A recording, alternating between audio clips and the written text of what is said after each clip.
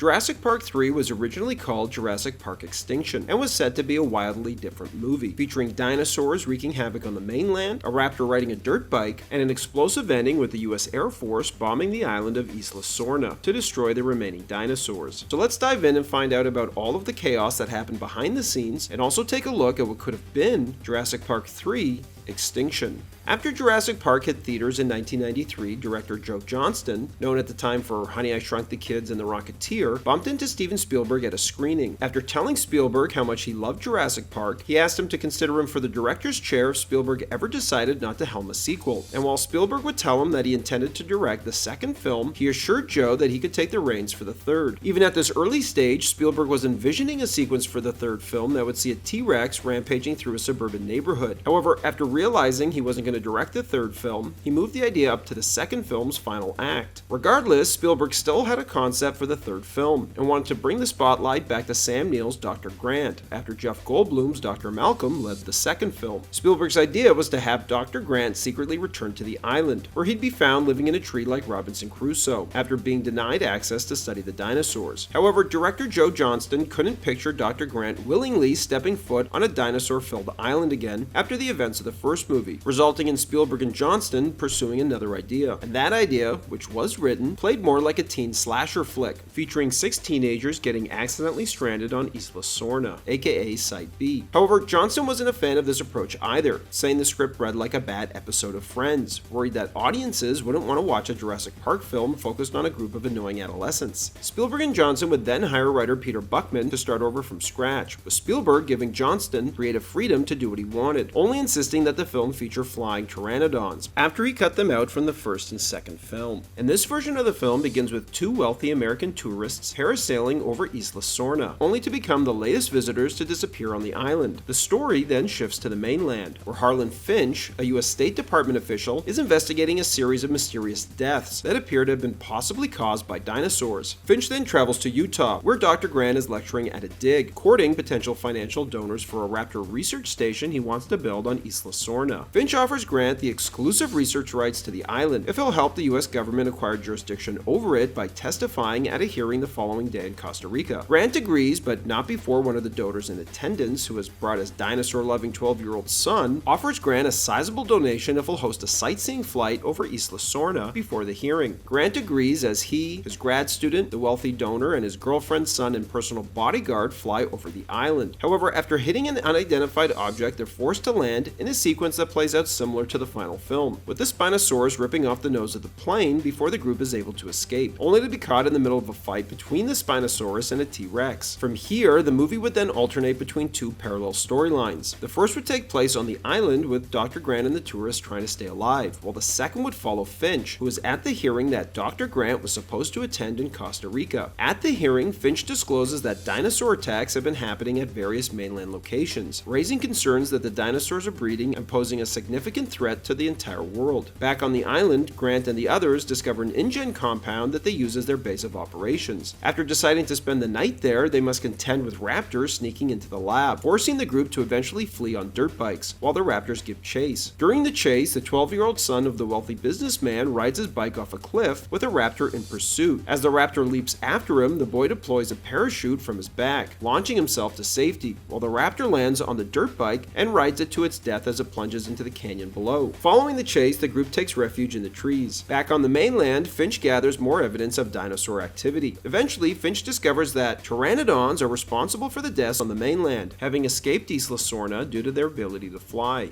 On the island, the film plays out somewhat similar to the finished version, except the ending, which sees the US government send in fighter jets to bomb the island and destroy its dinosaur population. As bombs are dropped, it triggers a dinosaur stampede before a pilot is able to spot and rescue the survivors, but Grant refuses to leave with them as the film ends with him retreating into the jungle, echoing Spielberg's original Robin Crusoe idea. Initially, the film was to be titled Jurassic Park Extinction. However, the studio objected, feeling the title suggested the end of the franchise, and preferring to keep the door open for future films. And while Jurassic Park Breakout was also suggested, ultimately the studio would settle on Jurassic Park 3, which director Joe Johnston would say no one was particularly fond of, but you certainly knew what it meant. So what went wrong? About 5 weeks before filming began and after $18 million had had already been spent, director Joe Johnston felt the story was too complicated with the two parallel storylines. Plus, he didn't think the reason Grant goes back to the island to lead a sightseeing adventure really worked. Dissatisfied with the script, Spielberg and Johnston would turn to the writer of the first two films, David Koepp, who would suggest nixing the secondary storyline completely and have Grant return to the island on a rescue mission. To salvage the work that had already been done, many of the same set pieces were incorporated into the new script, but as a result of chopping off the entire second storyline on the mainland, involving the hearings and investigations, the film would end up coming in at an incredibly lean 90 minutes. Alexander Payne and Jim Taylor were hired to rewrite the script, and after working with Laura Dern on Citizen Ruth, decided to write a small part for Dern to reprise her role as Ellie. However, Johnston didn't want to see her and Grant as a couple, especially given the 20-year age gap between the actors, and the fact that Dern was 20 while filming the first film. While both Sam Neill and Laura Dern felt it was entirely appropriate at the time, Dern now believes that, with our heightened cultural awareness, their relationship seems somewhat inappropriate. Johnston would echo these sentiments, saying he didn't feel they looked like a couple, and that it would be uncomfortable to still see them together, considering Laura Dern doesn't look like she's aged for the past 15 years. As they began to rewrite the script, originally Grant and Ellie were a couple in the process of splitting up, but Johnston decided it was better to have them already broken up and have Ellie married to someone else. The script, however, was never finished before filming began. While the first act was mostly complete, the middle remained undeveloped, and the ending hadn't been written at all. Stunned that this was happening on a movie of this scale, William H. Macy didn't hold back his criticism, saying, "The script has been evolving and being rewritten as we go.